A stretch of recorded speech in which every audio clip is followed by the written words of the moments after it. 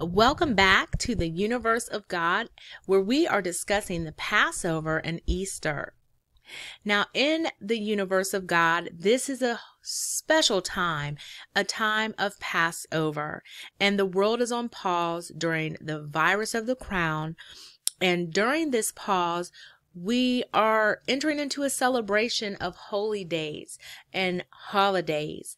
And this is a time when many people will be celebrating Passover and Easter. And this series has covered, it's covered Passover and how it originated in the Old Testament and how Jesus fulfilled it in the New Testament with the Last Supper. And I believe part of the reason is also because how we celebrate the tradition of Passover, the tradition of God, is different now because Jesus fulfilled it. And now we commune with him on Passover. And as we have gotten, from Passover into Easter, we are starting to discuss the origins of Easter, and we find that it originates in a place called Babylon, which used to be Sumeria. And so we're going to start to see how the origins of Easter are really rooted in paganism all the way around, and how we're talking about the same person with different names, basically. So it helps us to track these same gods and goddesses and fallen entities over time, because we see that they have different names from different cultures.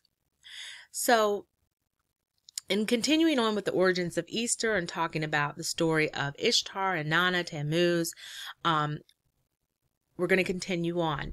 Now, after Inanna has been missing for 3 days, her assistant goes to other gods for help. And finally, one of them, Enki, creates 2 creatures who carry the plant of life and water of life down to the underworld, sprinkling them on Inanna and Tammuz, resurrecting them and giving them the power to return to earth as the light of the sun for 6 months. After the 6 months are up, Tammuz returns to the underworld of the dead, remaining there for another 6 months, and Ishtar pursues him, prompting the water god to rescue them both. Thus were the cycles of winter and death, and spring and life. Now, already here, what we can notice is the mention of a water god, and the Christian symbol is a fish symbol, and Pisces, is a water symbol, a fish symbol, and so is Aquarius as well. And so they're associating the water god with this story. And we know that Jesus walked on the water. He's the God of the water, right? As well. But instead of having multiple gods, we have the privilege of having one God. And God has, put himself in the flesh so that we can see what he looks like and understand his ways and character, organically, instead of, be so misunderstood through the traditions and lies and bondage of men. Well, anyways, in the story of Tammuz and Ishtar or Inanna, there's a story, it's associating them with being able to return to the earth as the light of the sun for 6 months. So what we have to understand is a lot of these gods and goddesses and this worship of the stars and the sun and all of this revolve around agriculture, right? They revolve around these seasons where they experience, trouble and travail, and there's no harvest. They're an agricultural society, right? The world was different. And so these festivals and these ceremonies were centered around these cycles of seasons of death and life, and heavily, winter and springs. So let's move forward. The Sumerian goddess Inanna is known outside of Mesopotamia by her Babylonian name, Ishtar. In ancient Canaan, Ishtar is known as Astarte, and her counterparts in the Greek and Roman pantheons are known as Aphrodite and Venus. In the 4th century, when Christians identified the exact site in Jerusalem where the empty tomb of Jesus had been located, they selected the spot where a temple of Aphrodite once stood. Now, Aphrodite is also, again, we're tracking these same characters with different names from different cultures. Astarte, who's in the Bible, God did not like this goddess. Ashtaroth, Ishtar, and Nana.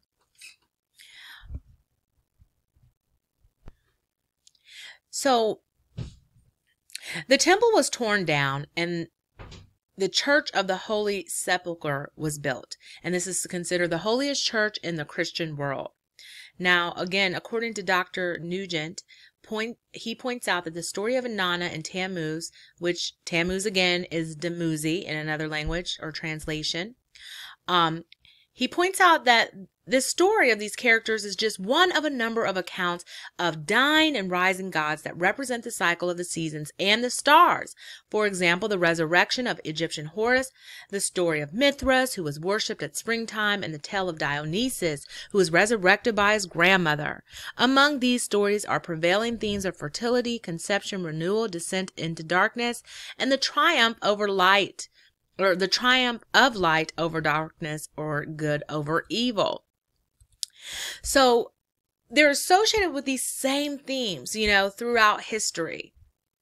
And this is important to know as we start to differentiate not only truth from lies, but if God is, calling his people a peculiar people, if he's calling them out of the world of out of Egypt, out of Babylon and bondage, to be different and a people set apart for him, then I think there bears more importance in whether we are now going along with the traditions of men or if we are going to focus on the original information, on the true story, because now in Babylon, there's so much confusion. There's so many of these gods and goddesses with these same story patterns, and histories. And so, the world says, this is another story just like those. They're all throughout time and history, and,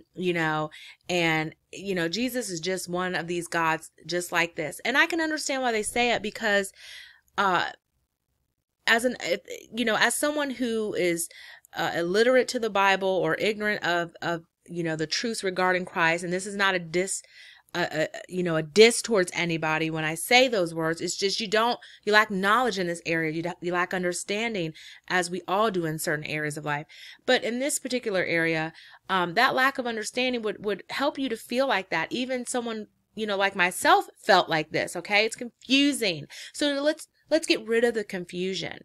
How do we get rid of the confusion? We come out of Babylon. What does Babylon mean and represent? It represents chaos and confusion. And I would say all these gods and goddesses and their same stories that are like the story of Jesus Christ, the one true God, and this true strain of information. I think that these stories maybe are muddying the waters at this point and leading to confusion, and maybe even making people, feel less of a connection to this truth because it's just sounds like the same stories being rehashed. But we need to separate the truth from the lie. Now, once there was a beautiful goddess called Astara. That sounds like Astarte. She was the goddess of dawn, and she was responsible for bringing spring each year. And here's where we get, again, our happy Easter traditions. These are traditions of men, and they're rooted in paganism. And even though we are slapping Jesus on it, we just really have to clear the air and unmuddy these waters. Anyhow, the goddess Astara, she's associated with 8 other neo-pagan sabbats and is celebrated by groups like the Wiccans and so forth. One theory is that the symbol of the rabbit stems from this pagan tradition, specifically the festival of Easter, a goddess of fertility whose animal symbol was a bunny. This is associated with the German culture. So again, same goddesses, same story, different culture. So since spring is the season of rebirth and renewal, many pagan cultures held spring festivals, right? Quite naturally, to celebrate this renewal of life and promote fertility. One of these festivals was in honor of Easter, the goddess of dawn, spring, and fertility, near and dear to the hearts of the pagans in northern Europe.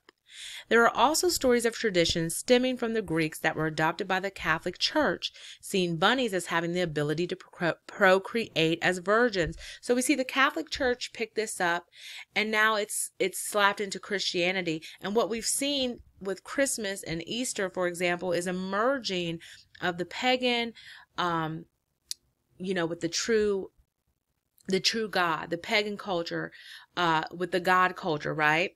And what's interesting is it makes me think of Jew and Gentile. It's like a merging of the Jew and Gentile, right? And we've been merged for a very long time. So how do we see this today? First, I want to ask the question, how does God look at these traditions?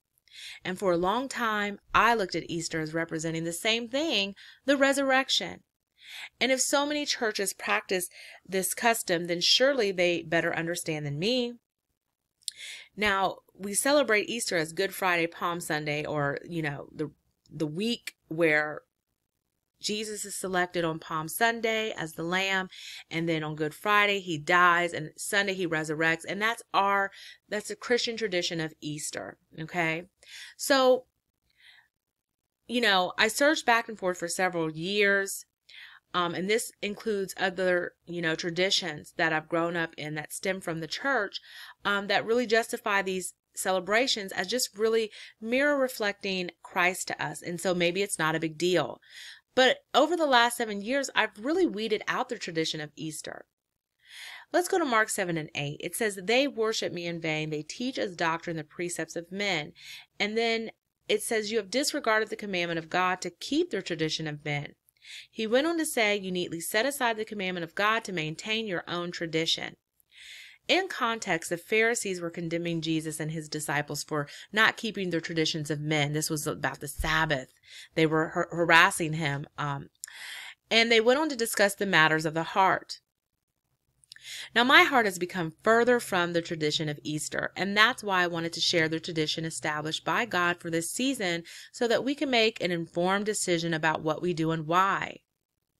Furthermore, I've just discovered this to be so much more enriching to understand because it illustrates how amazing God is and how the story truly unfolds under this guise of Jesus fulfilling the scriptures, his fulfillment and embodiment of the story. I believe this is the glue in these traditions that have the depth of meaning that our children need to grow up learning. The traditions of men and the infiltration of pagan ceremonies have greatly impacted our culture. That is why we see most of society focused on Easter eggs and bunnies, and less people seem interested in the true meaning of why we, the church, celebrate Easter. Christmas as well has become more about Santa Claus and gifts and less about the Savior for many. So it's a matter of the heart. The heart of the people are becoming more towards the tradition of Easter with the bunnies and the rabbits, and less about what's behind Easter. And the same thing with Christmas we see. It's the most stressful time of year. People are emptying out their bank accounts, are going into severe debt and even depression, to make Christmas this magical Santa Claus experience. Let's look at where we are with these traditions now. I believe these false deity stories are really just competing with the real thing because we, the church, are promoting and allowing it. I believe the one true church in the Bible is the one who is willing to be set apart and avoid the mixture. They're willing to be in the world and not of it. And instead, they're willing to be the peculiar people that God has called us to be, even if it's not popular. Now, I do not condemn anyone for these celebrations, because as Jesus said, he did not come into the world to judge us. I am merely here to shed light on the subject. We are free to do what we want, but not everything is beneficial. And so, it's a matter of the heart. At the end of the day, it's a matter of the heart. And maybe God is calling us into the origin of things, and pulling us out of the mixture so there's no more confusion. Thank you for joining me for this Passover. God bless, shalom, and may the Lord pass over you.